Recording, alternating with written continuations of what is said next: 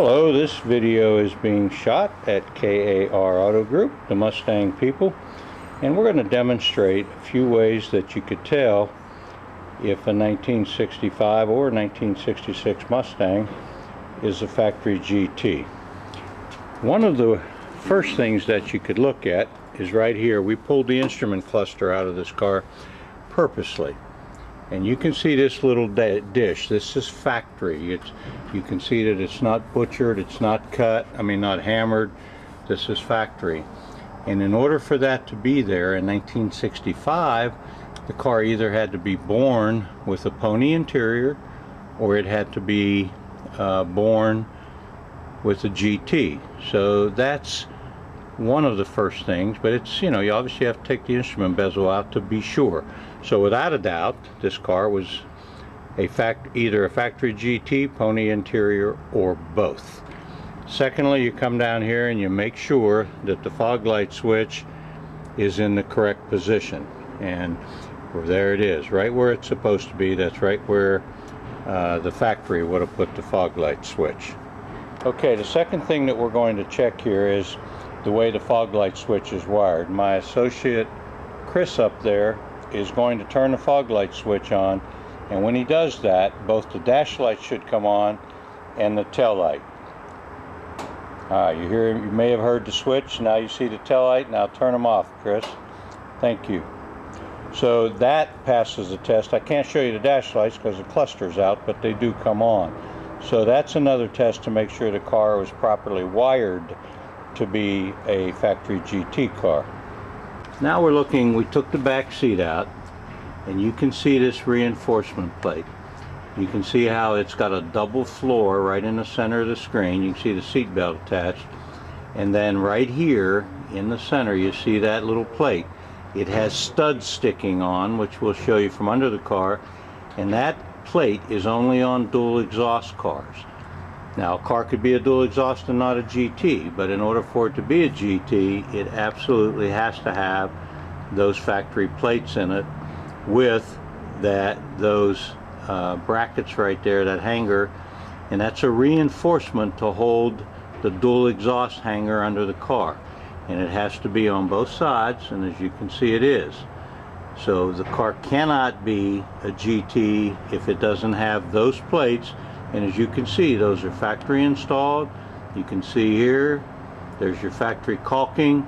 So it has to have that, and that's another sign of a GT car. Now, another thing to check on a factory GT car is the way the fog lights are wired, and this is for 1965. In 1965, I'm going to show you, this is the washer pump wire I have in my hand. This is the hose for the washer pump. And then here is your harness. Now you can see there's no wires outside of this harness. The fog lights wire are run within this factory taped harness. In 1965 that would be correct. So if you're looking at a 65 GT and a harness for the fog lights is outside of this, or the wiring for the fog lights is outside, then it's incorrect.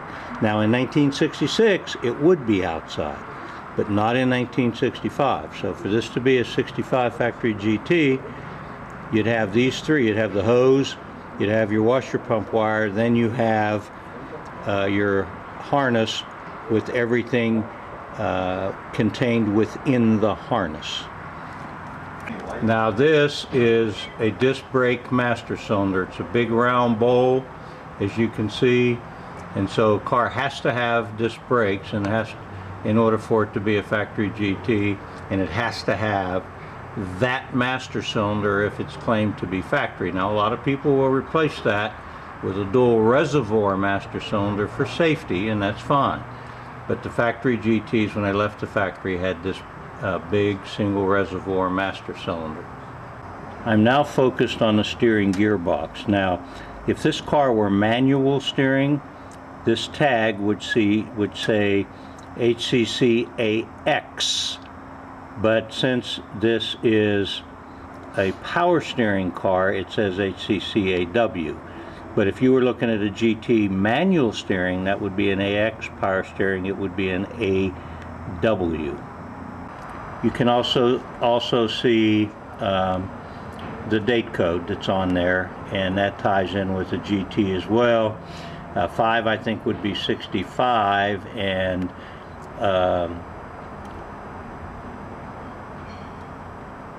then you have E is May, A, B, C, D, E, the 5th month, May 27th, and that ties in with the build date of this car, as we'll show you in a little while. So that HCCAW is correct. HCCAX would be correct on a manual steering car, and that steering gearbox is under the hood, as you can see as I raise up, that's absolutely correct for this car. Now we're looking at the radiator core support. And if a car is not a GT, then you wouldn't have a hole here. But this is the correct location for the fog lights to come through. There's a little grommet, and you can see this is the fog light on the driver's side. And it goes right through the core support here. And we'll move over. And here's the fog light on the passenger side, and it goes through the core support in essentially the same place. So that's correct, and you'll see on cars that were made into GTs, you'll see these fog lights go through the core support in any number of different places, but that's where they should be. We also want to show the VIN number. Now you can see this little Ford star there and there. A lot of cars are re-stamped, and people can go to auto parts places and buy stamps. They're typically not the right size, but they can't buy these Ford stars. So you always want to make sure that you have a star in the front and back of the VIN number. Now this 5 means 65, this R means San Jose, California production. That was the R plant. F would have been Dearborn, and T would have been Metuchen, New Jersey. 08 means convertible, that's the body type.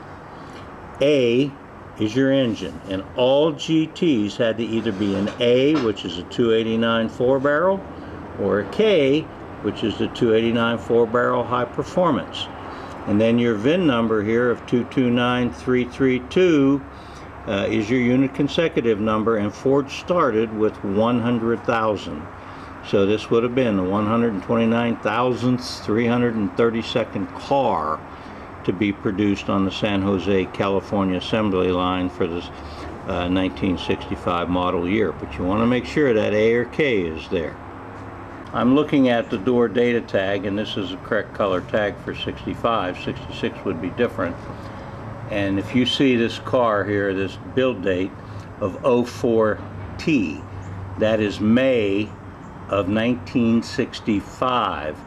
And the first known factory GT was built around mid-February of 65, so it passes that test of being produced after mid-February of 65. And if you remember, that steering gearbox was I believe May of 65, and that ties right in with the build date of the car. So that's another good way to check date codes, say on a steering gearbox as well as the tag, and then how does that compare to the build date of the car.